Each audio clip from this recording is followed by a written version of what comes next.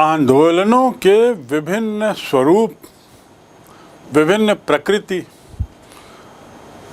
और उसकी प्रवृत्ति को अब समझने के बाद अब हम कुछ जन आंदोलनों की चर्चा करेंगे। कुछ जन आंदोलनों का उदाहरण लेते हुए उन्हें समझने की कोशिश करेंगे। तो सबसे पहले हम प्रारंभ करते हैं सामाजिक एवं आर्थिक आंदोलनों से। सामाजिक एवं आर्थिक आंदोलन। सामाजिक आंदोलन किसे कहते हैं? एक बार हम पुनः उसकी चर्चा करें तो जब एक सामान्य व्यक्ति सामाजिक आंदोलन का उपयोग करता है तो उसके क्या मायने हैं? उसके मायने हैं कि बड़ी संख्या के लोगों का एक कार्यक्रम या एक कार्य की श्रृंखला, बड़ी संख्या में लोग रहेंगे, कुछ एक उनके सामने कार्यक्रम होगा, एक लक्ष्य होगा और एक के बाद एक क्या करना है इसका एक प्रोसीजर होगा। ये सामाजिक आंदोलन से सामान्यतः अभिप्राय है। अब आर्थिक आंदोलन से क्या मायने हैं?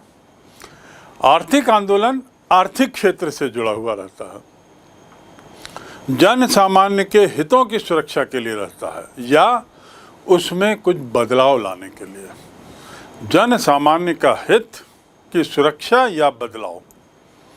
और उसमें भी आर्थिक आंदोलन की यदि बात करें तो उसमें भी समाज का एक बड़ा तबका उससे जुड़ता है। इस प्रकार हम कह सकते हैं कि सामाजिक और आर्थिक आंदोलन दोनों संगठित होते हैं, पहली बात।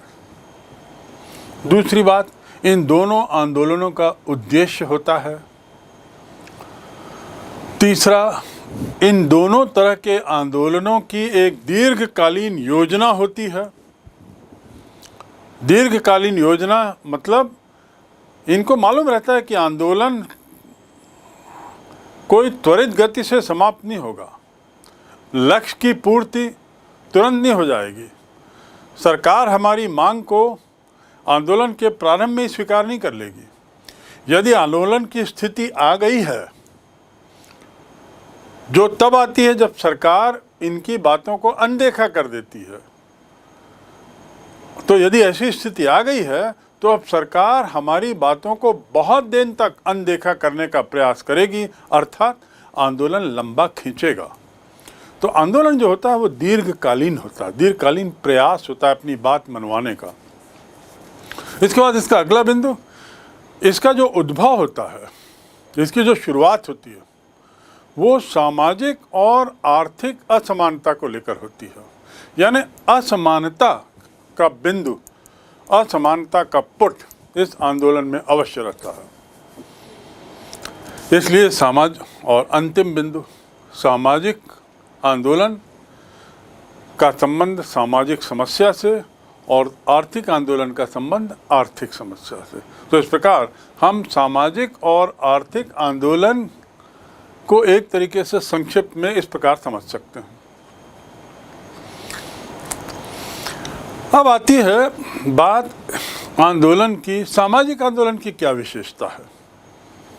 यदि हम सामाजिक आंदोलन की बात करें तो इसके क्या मायने हैं ये तो हम समझ गए, पर इसकी विशेषताएं क्या हैं, खासियत क्या है, इसमें ऐसा क्या निहित है जो एक सामाजिक आंदोलन कहलाता है और एक प्रसिद्धि पाता है।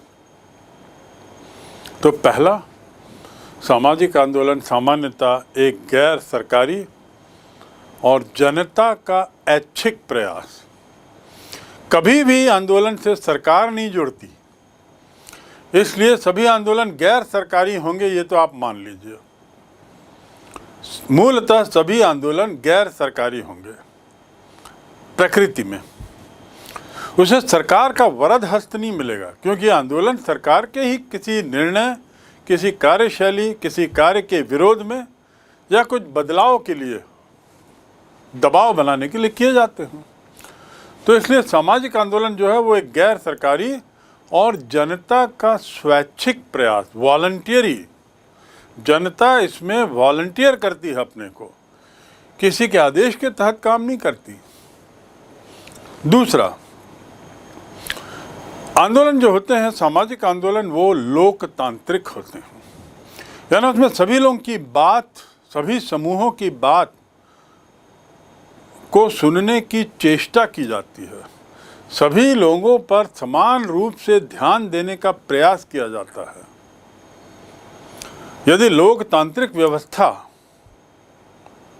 आंदोलन में नहीं है तो ऐसा आंदोलन कभी सफल नहीं होता, क्योंकि आंदोलन में सभी तबके के लोग, सभी वर्ग के लोग, सभी श्रेणी के लोग, चाहे वो आर्थिक दृष्टि से हम बात करें, चाहे जातिगत दृष्टि से बात करें, चाहे लिंग की दृष्टि से बात करें, चाहे क्षेत्र की दृष्टि से बात करें, यदि राष्ट्रीय स्तर पे है तो ये उससे जुड़ते हैं। उनकी बात सुनने की क्षमता आंदोलन के नेतृत्व पर में होना चाहिए। उनके बात के सुनने की क्षमता वह लोकतांत्रिक व्यवस्था के तहत आवश्यक है। तीसरा महत्वपूर्ण बिंदु, चूंकि आंदोलन सामूहिक है, इसमें सभी तबके के लोग हैं, तो ऐसे सामाजिक आंदोलन हमेशा सामूहिक प्रयास ही रहते हैं, किसी विशिष्ट तबके का, किसी विशिष्ट गुट का नहीं होता। यदि वह आंदोलन सामाजिक है तो मान लीजिए कि वह सामूहिक प्रयास का परिणाम है, किसी व्यक्ति विशेष, दल विशेष या इसका नहीं, सामूहिक प्रयास का परिणाम होगा कोई भी सामाजिक आंदोलन। ये इसकी तीसरी विशेषता है। आप देखिए, यहाँ चित्र में देखेंगे तो आप पाएंगे कि इस आंदोलन में आपको युवा वर्ग के लोग दिखाई दे रहे हैं आंदोलन करते हुए। ये आंदोलन महिलाओं के द्वारा हो रहा है। ये आंदोलन का जो दृश्य है ये मजदूरों के द्वारा संचालित दिख रहा है, या मजदूरों की ज़्यादा तादाद दिख रही है। कुछ आंदोलन राजनीतिक पहलू पर भी हैं, और कुछ आंदोलन तो शिक्षा क्षेत्र को प्रभावित करते हुए होते हैं, जिसमें छात्रों के रूप में विद्यार्थी भाग ले रहे हैं। कुछ ऐसे भी आंदोलन जिसमें महिलाएं दिख रही हैं, महिलाएं ज़्यादा तादाद में दिख रही हैं। कुछ आंदोलन आपको शांतिपूर्वक दिख रहे हैं, कुछ आपको उसमें कहीं हिंसा भी नजर आ रही है। तो दूसरे अर्थों में ये कि जो सामाजिक आंदोलन होते हैं ये सामूहिक प्रयास का परिणाम होता है। चौथी विशेषता, हर आंदोलन की, हर सामाजिक आंदोलन की,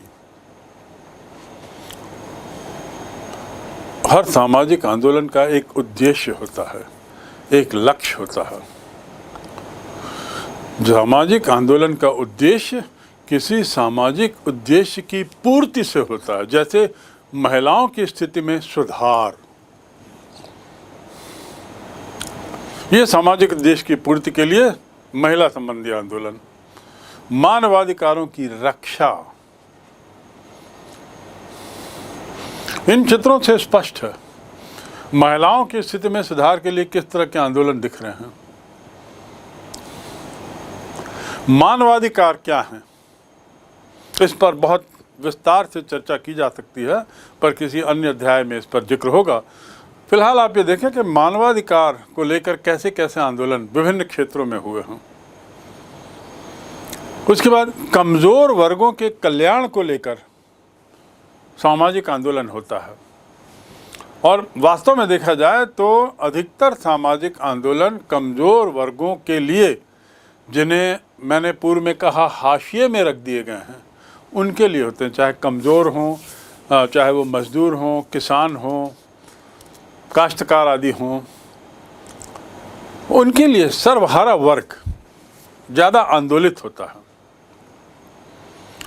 इनका विकास के लिए आंदोलन ज़्यादा होते हैं। तो इस प्रकार ये देखा जा सकता है कि सामाजिक आंदोलन की कुछ ये खास विशेषताएं हैं जो किसी भी सामाजिक आंदोलन में सामान्यतया पाई जाती हैं, निहित होंगी। अंतिम और सबसे अहम बात सामाजिक आंदोलन की, यदि वह आंदोलन सामाजिक है तो वो शांतिपूर्ण होगा। ये मान लीजिए, यदि वह आंदोलन सामाजिक आंदोलन है, सामाजिक उद्देश्य की पूर्ति के लिए वह जन आंदोलन कोई सा है, तो अधिकतर ये शांतिपूर्ण होगा। बड़ा यदा कदा ही, बहुत कम ऐसा देखा गया है कि कभी वो या तो अत्यधिक विलंब के कारण या सरकार के द्वारा बहुत ज़्यादा दमनात्मक नीति अपनाए जाने के कारण वो हिंसात्मक रूप ले लेता है। अन्यथा सामाजिक आंदोलन शांतिप्रिय होता है, शांतिपूर्ण साधनों के जरिए वो किया जाता है, हिंसा से कोसों दूर रहने का प्रयास होता है, जब तक कि सरकार का दमनात्मक रवैया उन्हें उत्तेजित न कर दे या अत्यधिक विलंब यदि हो जाता है सरकार के द्वारा किसी निर्णय में पहुंचने में या उद्देश्य की प्राप्ति में, तो भी कई बार कभी कभी हिंसा घर बैठती है। सामाजिक आंदोलन की विशेषताएं, अब एक नया शब्द आज चला है, वह है नया सामाजिक आंदोलन। नए सामाजिक आंदोलन, न्यू सोशल मूवमेंट। आंदोलन को अंग्रेजी में मूवमेंट कहते हैं। नए सामाजिक आंदोलन अब क्या है? उपनिवेशवाद हमने पढ़ा और नव उपनिवेशवाद का भी हमने जिक्र किया और अध्ययन किया। इसी प्रकार सामाजिक आंदोलन तो हम पढ़ लिया, कुछ खास सामाजिक आंदोलनों का अध्ययन करना है आगे, लेकिन आजकल एक नए शब्द का प्रचलन चला है और वह है न्यू सोशल मूवमेंट, नए सामाजिक आंदोलन। ये पहली बात, सामाजिक आंदोलन का ही एक रूप है, कोई ज़्यादा भिन्नता नहीं है। नए सामाजिक आंदोलनों की शुरुआत हम पश्चिमी जगत से मानते हैं। उसके बाद अगला बिंदु, नए सामाजिक आंदोलन औद्योगिक समाज के पश्चात की परिस्थितियों से जन्मे हुए आंदोलन है। औद्योगिक समाज के पश्चात के जन्मे हुए। औद्योगिक समाज एक ऐसा समाज जिसमें मजदूर रहता है, जिसमें मालिक रहते हैं, फैक्ट्री ओनर्स, और इसका अध्ययन हमने औद्योगिक क्रांति के अध्याय में किया है। यदि हम 19वीं शताब्दी के इंग्लैंड को याद करें तो ये बात ताज़ा हमारे मन में आ जाएगी कि किस प्रकार मजदूरों का शोषण होता था, महिलाओं और बच्चों की कितनी दुर्दशा थी और उसकी परिणति किस रूप में हुई आगे। तो औद्योगिक समाज के बाद की उपजी परिस्थितियों के मद्देनज़र जन आंदोलन होता है। ये तीसरा बिंदु है। तो इन तीन बिंदुओं को लेकर जो बात सामने आती है वो ये है कि ऐसे आंदोलन जो पश्चिमी सभ्यता से प्रभावित हुए हैं, जिनकी शुरुआत पश्चिमी देशों में हुई है और मूलतः औद्योगिक समाज के बाद की स्थितियों में हुई है, उन्हें हम नए सामाजिक आंदोलन कहते हैं। इसमें नया क्या है? इस आंदोलन में नयापन इस बात से है कि इनका उद्देश्य पहले के आंदोलन की तरह आर्थिक लाभ नहीं होता था, न ही कोई सामाजिक सांस्कृतिक बदलाव, न ही कोई सामाजिक हित। सोच लीजिए किस मामले में ये नए हैं, अर्थात किस मामले में ये भिन्न हैं। नए बनाम परंपरागत सामाजिक आंदोलन में मूल अंतर कि नए आंदोलन जो हैं इनका उद्देश्य पहले के आंदोलनों की तरह आर्थिक लाभ की प्राप्ति करना नहीं। जैसे पहले श्रमिक आंदोलन हुआ, श्रमिक आंदोलन में क्या हुए थे? आर्थिक लाभ के लिए वो आंदोलन हो रहे थे सतत रूप से इंग्लैंड में। ये आंदोलन आर्थिक लाभ के लिए नहीं है, ये आंदोलन किसी सांस्कृतिक बदलाव के लिए नहीं है, ये आंदोलन किसी सामाजिक हित की पूर्ति के लिए नहीं है।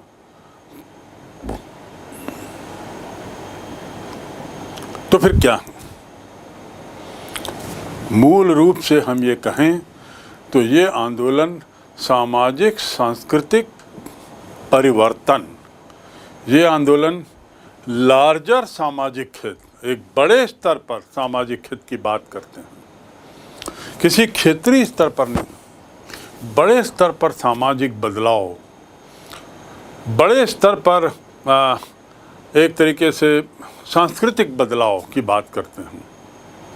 ये इनका उद्देश्य होता है। उदाहरण के लिए महिलाओं की रक्षा, पर्यावरण की रक्षा, मानवाधिकारों की रक्षा, इन तीनों तरह के उद्देश्यों से जो आंदोलन हुए हैं, इसने किसी खास समाज के तबके को प्रभावित नहीं किया है। पूरे के पूरे सामाजिक ढांचे में परिवर्तन लाने में, पूरे के पूरे माहौल को बदलने में ये सफल हुए हैं। महिलाओं की रक्षा, पर्यावरण की रक्षा या मानवाधिकारों की रक्षा के लिए चलाए गए आंदोलन सामान्यतया नए आंदोलन कहलाते हैं। हबरमास, इसे एक तरीके से जो प्रसिद्ध विचारक हैं वो इसे नई राजनीति कहते हैं। क्या नाम देते हैं? New politics. वैसे तो इस तरह के आंदोलनों की शुरुआत पश्चिमी जगत से हुई। भारत में इस आंदोलन का विकास हम गत 50 वर्षों में ही देखते हैं। 1970 के दशक में जब आपातकाल लगा था, जिसका जिक्र आपने पिछले अध्याय में पढ़ा है, लोकतांत्रिक व्यवस्था, उस आपातकाल में नागरिकों के अधिकारों की रक्षा को लेकर सामाजिक आंदोलन हुआ और यहीं से हम सामाजिक आंदोलन की एक तरीके से शुरुआत देखते हैं। आपातकाल, इमरजेंसी, तब से लेकर अब तक भारत में सामाजिक हितों की पूर्ति के लिए ऐसे आंदोलन लगातार बढ़ते जा रहे हैं। ये आंदोलन भारत में नागरिक समाज अथवा सिविल सोसाइटी के विकास का भी अंग है। नागरिक समाज से हमारा मतलब क्या है? मैंने जो शब्द यूज़ किया, नागरिक समाज या सिविल सोसाइटी, इसका अर्थ ये है कि सामाजिक हित में किए गए गैर सरकारी प्रयास, सामाजिक हित में किए गए गैर सरकारी प्रयास, सामाजिक हित में किए गए सरकारी प्रयास अलग, आंदोलनों के दबाव में आकर सामाजिक हित में किए गए सरकारी प्रयास अलग हैं। यहाँ पर सामाजिक हित में किए गए गैर सरकारी प्रयासों का जिक्र होता है न्यू पॉलिटिक्स में या नए सामाजिक आंदोलन के तहत। नागरिक समाज जितना ही विकसित होगा, सरकार की मनमानी उतनी ही कम होगी।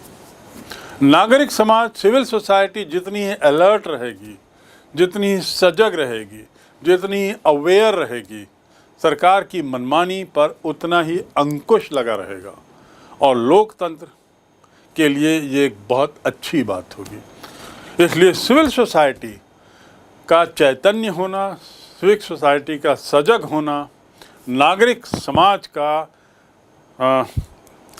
एक तरीके से अलर्ट रहना, ये लोकतंत्र के लिए बहुत आवश्यक है, क्योंकि वह सरकार पर लगाम रखने का काम करता है, सरकार की निरंकुशता पर लगाम लगाता है। नए सामाजिक आंदोलन किस प्रकार पुराने सामाजिक आंदोलन से भिन्न है, या नए सामाजिक आंदोलन की क्या विशेषताएं हैं, किस रूप में वो पुराने सामाजिक आंदोलन से अलग हैं। तो यदि हम नए सामाजिक आंदोलन की विशेषता की बात करें तो सबसे पहली विशेषता कि पुराने आंदोलनों के विपरीत नए आंदोलनों का उद्देश्य आर्थिक लाभ नहीं, बल्कि सामाजिक या बड़े स्तर पर विस्तृत उद्देश्य इसका होता है। इनका मूल उद्देश्य होता है सांस्कृतिक हित या सामाजिक हितों की पूर्ति, आर्थिक हितों से परे। ये नए सामाजिक आंदोलन। दूसरा, नए सामाजिक आंदोलन स्वैच्छिक होते हैं, वॉलंटियर्ड होते हैं, जिसमें किसी तरह का आदेश या किसी तरह की अपेक्षा नहीं होती। व्यक्ति या समाज अपने आप स्वतः स्वफूर्ति इसमें जुड़ते जाता है। इसका संबंध जो है वो लोकहित से है, व्यक्ति हित से नहीं। किससे है? लोकहित, इसमें सर्वोपरि। लोकहित से संबंध होने के कारण इसे जनता का व्यापक समर्थन, जनता का स्वफूर्त समर्थन, जनता का स्वमेव समर्थन मिल जाता है। तीसरी विशेषता, पुराने आंदोलनों के उल्टे जो नए आंदोलन होते हैं उनका कोई संगठित ढांचा नहीं होता। ये तो स्वयमेव स्वफूर्ति, अपने आप इसमें लोग जुड़ते हैं और लोकहित में जुड़ते हैं। तो जब लोकहित में जुड़ते हैं तो स्वफूर्ति होता है, और स्वफूर्ति होता है तो ऐसे में संगठित ढांचे की जरूरत नहीं है। तो तीसरी विशेषता जो नए सामाजिक आंदोलन की है बनाम पुराना सामाजिक आंदोलन, तो वो यह है कि यह एक तरीके से गैर संगठित या कम संगठित, या ऐसा इतना संगठित जिसे हम एक कमज़ोर ढांचा कह सकते हैं, शिथिल ढांचा कह सकते हैं। इसका कोई अपना औपचारिक रूप नहीं रहता, कोई ऐसी सामाजिक एक हायरार्की नहीं रहती जिसमें विभिन्न पदों पे पदाधिकारी हों आदि आदि, नहीं। जहाँ तक जनता की बात है, जनता का इसे स्वयमेव समर्थन मिलता है और यही समर्थन इसकी मजबूती है। यही समर्थन इस आंदोलन को स्वचालित मोड में रख देता है, ऑटोमेटिक गियर में चलता है।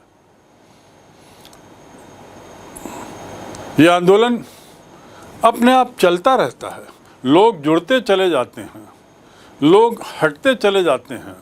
यदि वे विवश है किसी कारणों से, समयाभाव के कारण, शारीरिक कमजोरी के कारण आदि आदि, तो हटते चले जाते हैं, लेकिन विचारों से जुड़े रहते हैं और नए नए लोग दिन प्रतिदिन जुड़ते चले जाते हैं। इस प्रकार आंदोलनकारियों की संख्या बढ़ती जाती है और गैर सरकारी तो रहते ही हैं। चौथा और बहुत महत्वपूर्ण मुद्दा इस आंदोलन का है कि चूँकि ये स्वफूर्ति रहते हैं, चूँकि इसमें लोगों के जुड़ने की स्वतंत्रता रहती है, पात्रता गैर पात्रता वाला कोई मुद्दा नहीं रहता, तो ये आंदोलन जो है ये किसी विचारधारा से भी नहीं जुड़ते, किसी एक खास विचारधारा का बंधन इसमें नहीं होता। इस आंदोलन की जो विचारधारा होती है वो इनका मुद्दे के अनुसार, इशू बेस्ड आइडियोलॉजी इसे हम कह सकते हैं। ये आंदोलन इसीलिए राजनीतिक भी नहीं होते और ना किसी राजनीतिक विचारधारा से जुड़े होते हैं। जबकि पुरानी जो परंपरावादी विचारधारा, परंपरावादी जो आंदोलन की बात की थी, उसमें संभावना रहती है कि किसी राजनीतिक दल के साथ सक्रियता से जुड़ जाएं, किसी राजनीतिक दल को संबल दे दें साथ में।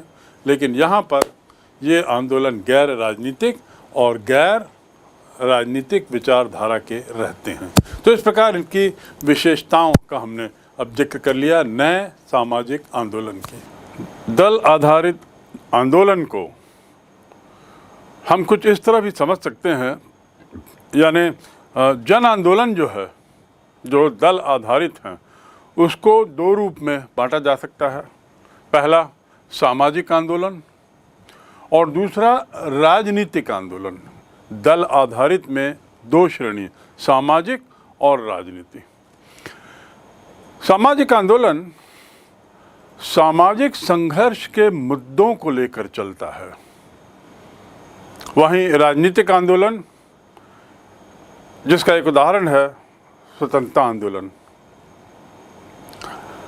सामाजिक आंदोलन में हम मजदूरों के संघर्ष से संबंधित आंदोलन को देख सकते हैं, किसानों से संबंधित आंदोलन को देख सकते हैं, जाति प्रथा विरोधी आंदोलन को देख सकते हैं और मजदूर संगठनों के द्वारा जो आंदोलन चलाया जाता है उसे देख सकते हैं। जहाँ तक मजदूर संगठित आंदोलन की बात है, इसके दो रूप सामने आए हैं। एक तो ऐसा जिसमें राजनीतिक दलों से नज़दीकी रिश्ता कायम हुआ, चुनाव आदि में भाग लेने का कोई इसमें उनका उद्देश्य नहीं होता, लेकिन राजनीतिक दलों की अहमियत को समझते हुए उनके साथ एक तरीके का एक रिश्ता हो जाता है और वे साथ साथ चलते हैं इन आंदोलनों में।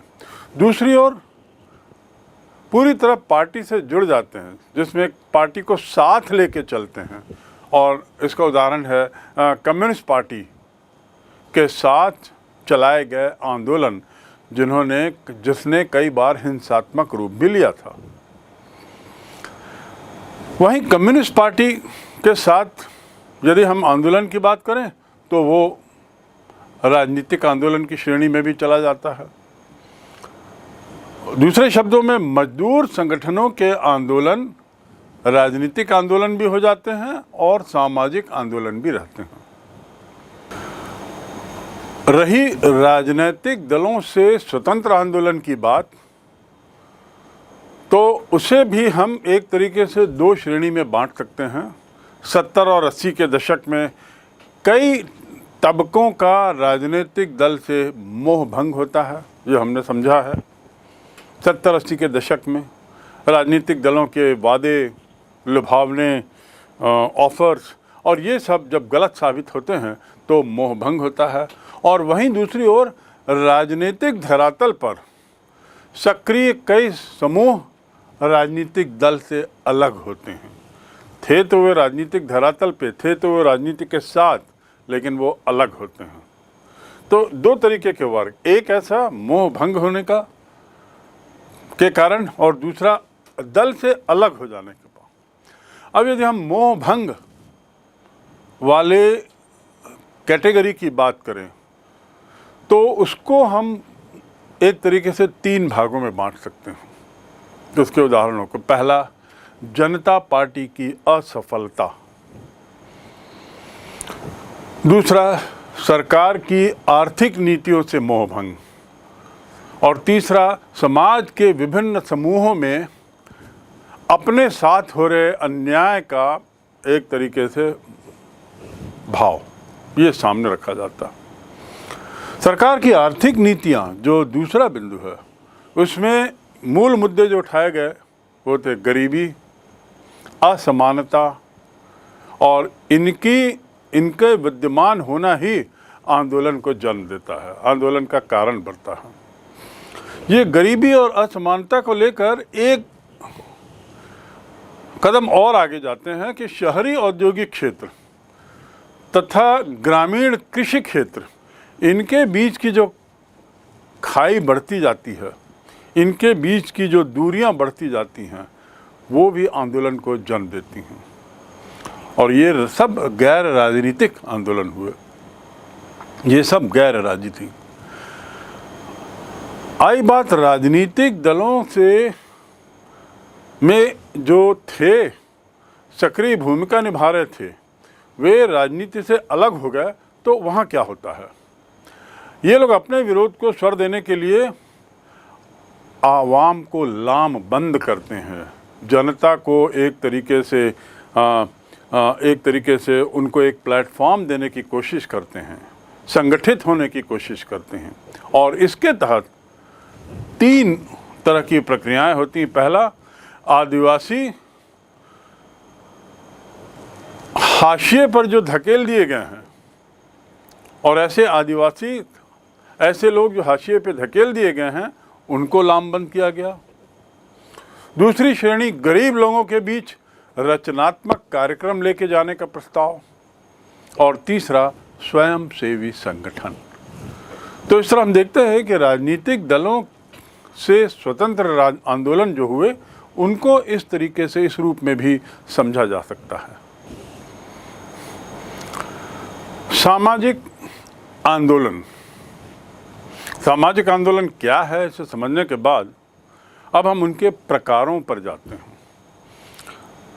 इनकी भी कुछ कैटेगरीज हैं, और ये कैटेगरीज की भिन्नता का आधार उनके उद्देश्यों में भिन्नता है तो सामाजिक उद्देश्य, पर कुछ अलग हैं। चलिए अब इसे समझते हैं। पहला जो सामाजिक आंदोलन का प्रकार है, उसे हम कह सकते हैं प्रवासी आंदोलन। प्रवासी आंदोलन कुछ इस तरीके से होता है कि बेहतर भविष्य की उम्मीद में जब एक बड़ा जन समुदाय, बेहतर जीवन की उम्मीद में जब एक बड़ा जन समूह एक स्थान से दूसरे स्थान जाता है, तो वो जिस स्थान से जाता है वहाँ से प्रवास करता है, और ये एक आंदोलन के रूप में इसे हम कह सकते हैं बढ़ता है। उदाहरणार्थ 1971 में बांग्लादेश से भारत की ओर जो लाखों शरणार्थी आए, वही वो प्रवासी आंदोलन का एक बहुत बड़ा नमूना है। 1971 की लड़ाई के समय आपको याद होगा, लाखों शरणार्थी बांग्लादेश छोड़ के भारत आते हैं और एक आंदोलन की तरह, एक मूवमेंट की तरह इनका पूरा आना होता है भारत की ओर। तो वे वहाँ से चलते हैं, तो ये एक प्रवासी आंदोलन का रूप लेता है। तो पहला ये। दूसरा बहुत महत्वपूर्ण है, प्रतिरोध अथवा प्रतिक्रियावादी आंदोलन। विरोध नहीं, प्रतिरोध। प्रतिरोध का अर्थ क्या है? इस प्रकार के आंदोलन, बदलाव कोई सरकार कर रही है तो उसके किसी पक्ष के विरोध में, पूरे बदलाव के विरोध में नहीं, बदलाव के किसी पहलू के विरोध में असंतोष व्यक्त करने के लिए आंदोलन करते हैं।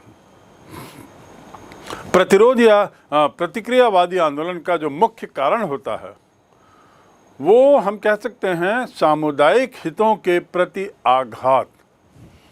किसी एक समूह के लिए फ़ायदा उठाने के लिए, फ़ायदा देने के लिए कुछ प्रावधान किए जाएं, तो पूरा समाज खड़ा हो जाता है किसी एक विशेष वर्ग को फ़ायदे के विरोध में, और ऐसी स्थिति में ये आंदोलित हो उठते हैं और आंदोलन चल पड़ता है।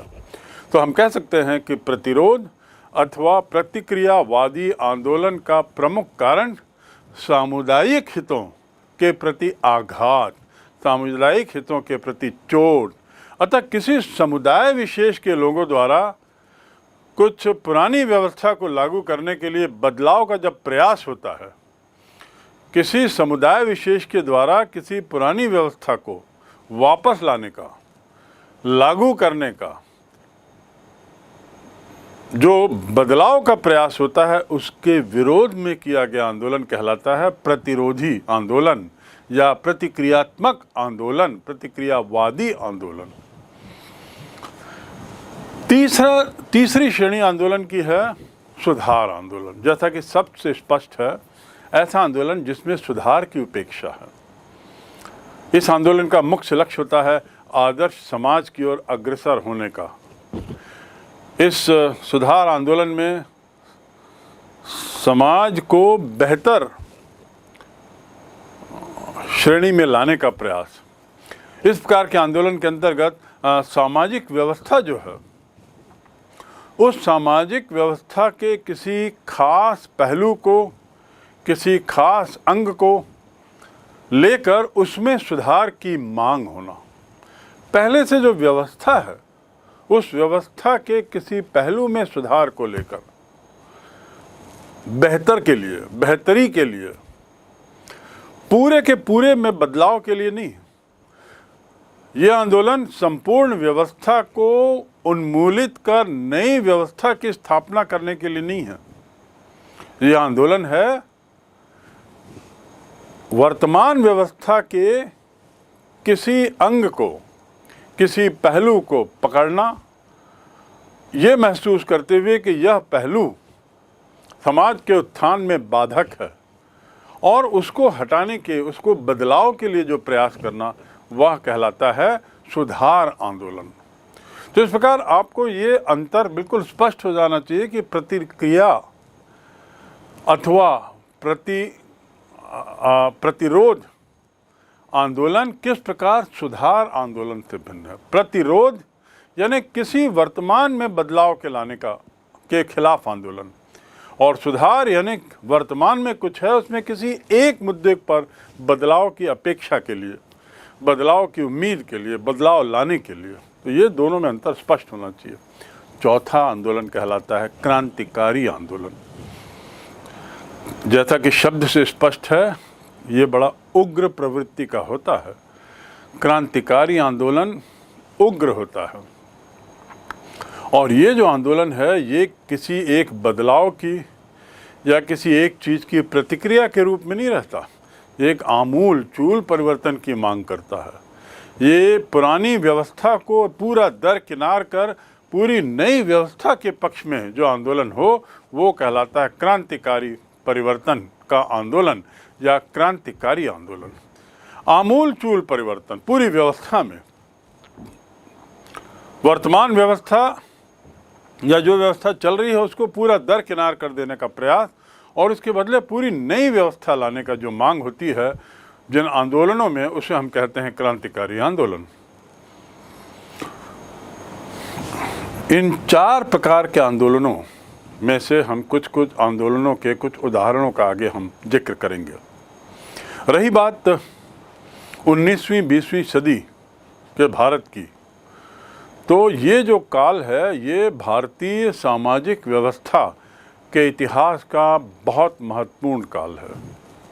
19वीं 20वीं शताब्दी अर्थात 1800 से लेकर हम कह सकते हैं 1950-60 तक का काल, ये बहुत महत्वपूर्ण काल रहा है भारतीय इतिहास में।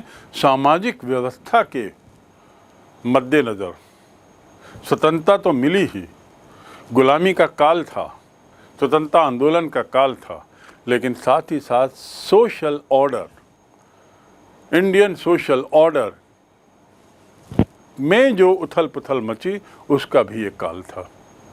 इसमें भारतीय राजनीतिक, सामाजिक, आर्थिक और धार्मिक इन सभी क्षेत्रों में सुधार के लिए आंदोलन हुए।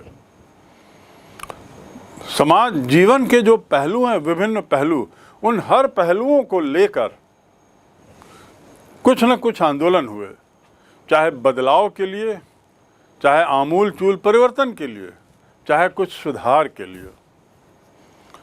प्रवासी आंदोलन जो है वो तो केवल बांग्लादेश के निर्माण के समय का है, बाकी भारत में प्रवासी आंदोलन का कुछ ऐसा विशेष मुद्दा नहीं रहा। हाँ, आदिवासियों को लेकर या किसी क्षेत्र में रहने वाली मूल जाति प्रजाति को जब विस्थापित किया गया तो उससे कुछ जो आंदोलन जन्म लिए उसका जिक्र भी हम जरूर करेंगे। पर फिलहाल आप ये समझें कि मूलतः ये सदी में हम सामाजिक, आर्थिक और धार्मिक मुद्दों पर हुए आंदोलन की बहुलता देखते हैं।